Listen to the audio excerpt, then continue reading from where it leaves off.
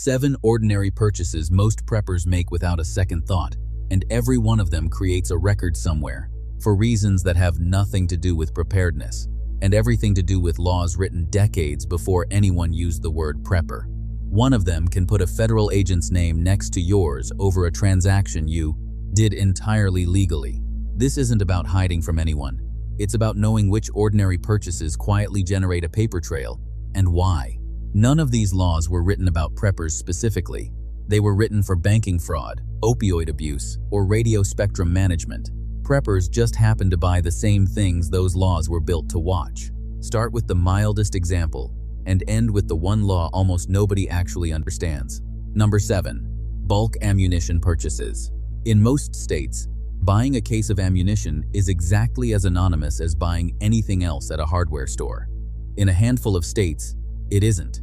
A small number of states now operate point-of-sale ammunition, background check, or logging systems. The overwhelming majority don't. Most prepper content talks in absolutes, so a rule that applies in one state gets repeated as if it applies everywhere. It doesn't. Someone hears that ammunition purchases are tracked, assumes that's true nationwide, and never checks their own state's actual law either way. Know which state you're standing in before you assume anything. This one is worth a 5-minute check, not a 5-hour worry. A quick search of your own state's specific rules tells you more than any national video ever could, including this one. That one depends on your zip code. The next one depends on the size of your propane tank. Number 6. Large propane or fuel tank installation. Installing a large propane or fuel tank for backup energy is one of the most common prepper upgrades, and in many areas, it's also one of the most visible because it usually requires a permit and a fire marshal visit. People picture going off-grid as private by nature, without realizing the equipment that makes it possible often requires local government sign-off first. The tank itself isn't secret at all. It's a visible, permitted, inspected installation, which is the opposite of what prepping usually feels like. Requirements vary heavily by city and county, so check locally rather than assuming either way and get the permit. It's not optional in most places, and skipping it creates real safety and legal risk that has nothing to do with privacy. Picture the version that goes wrong. A homeowner skips the permit to stay under the radar, and the first person who ever officially learns about the tank is an inspector responding to a complaint, not a friendly one following up on paperwork filed months earlier. That's above ground and visible.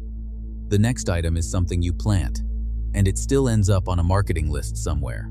Number 5. Bulk or heirloom seed purchases. Buying a large seed vault or heirloom variety pack feels like the most old-fashioned, disconnected purchase on this entire list, and it's often the one that ends up on the most mailing lists. Many retailers, including seed and gardening suppliers, sell customer purchase data to third-party marketing lists unless a customer specifically opts out.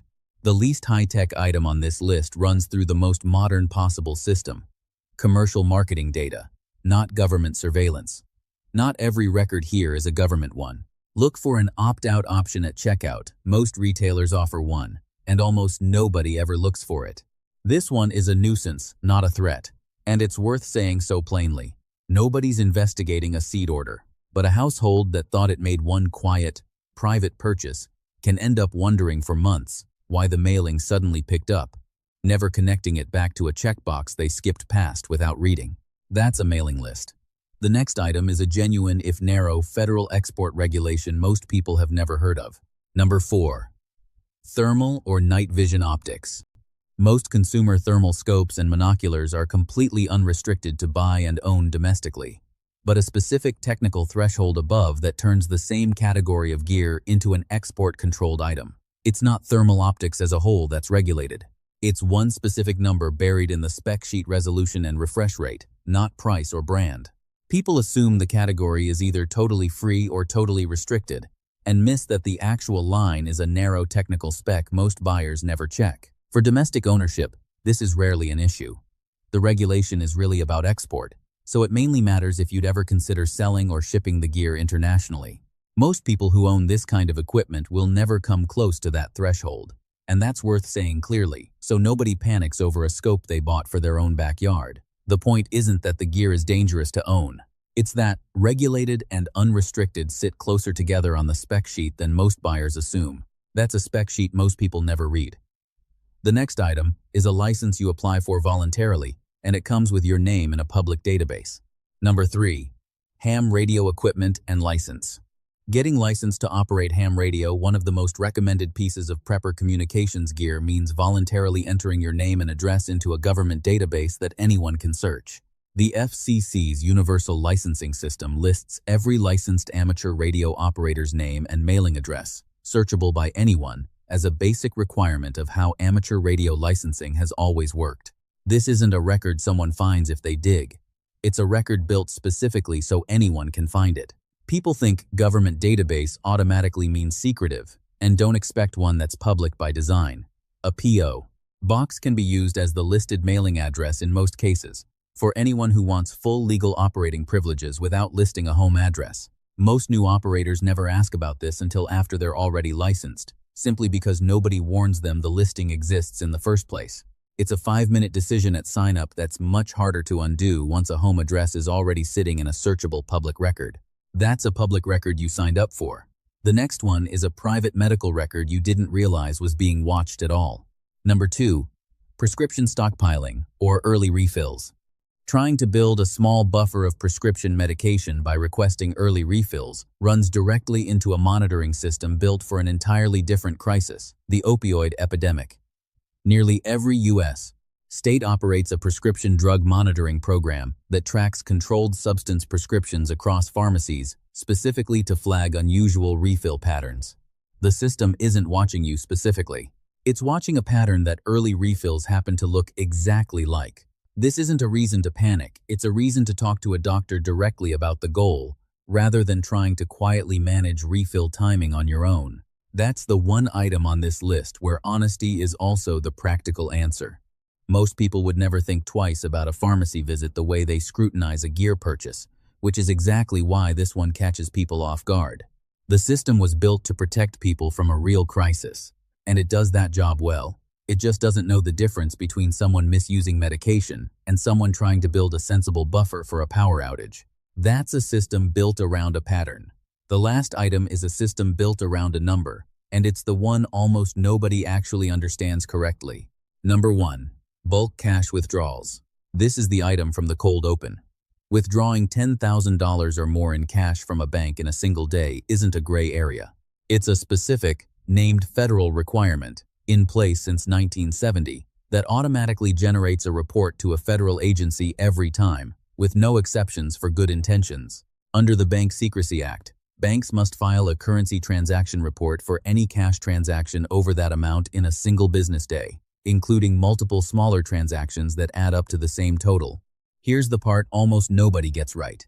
People assume splitting a withdrawal into smaller amounts over several days is the smart, private move. It's actually a separate federal crime called structuring, and it's treated far more seriously than the report itself, up to 5 years in prison and $250,000 in fines, regardless of whether the money is completely legitimate.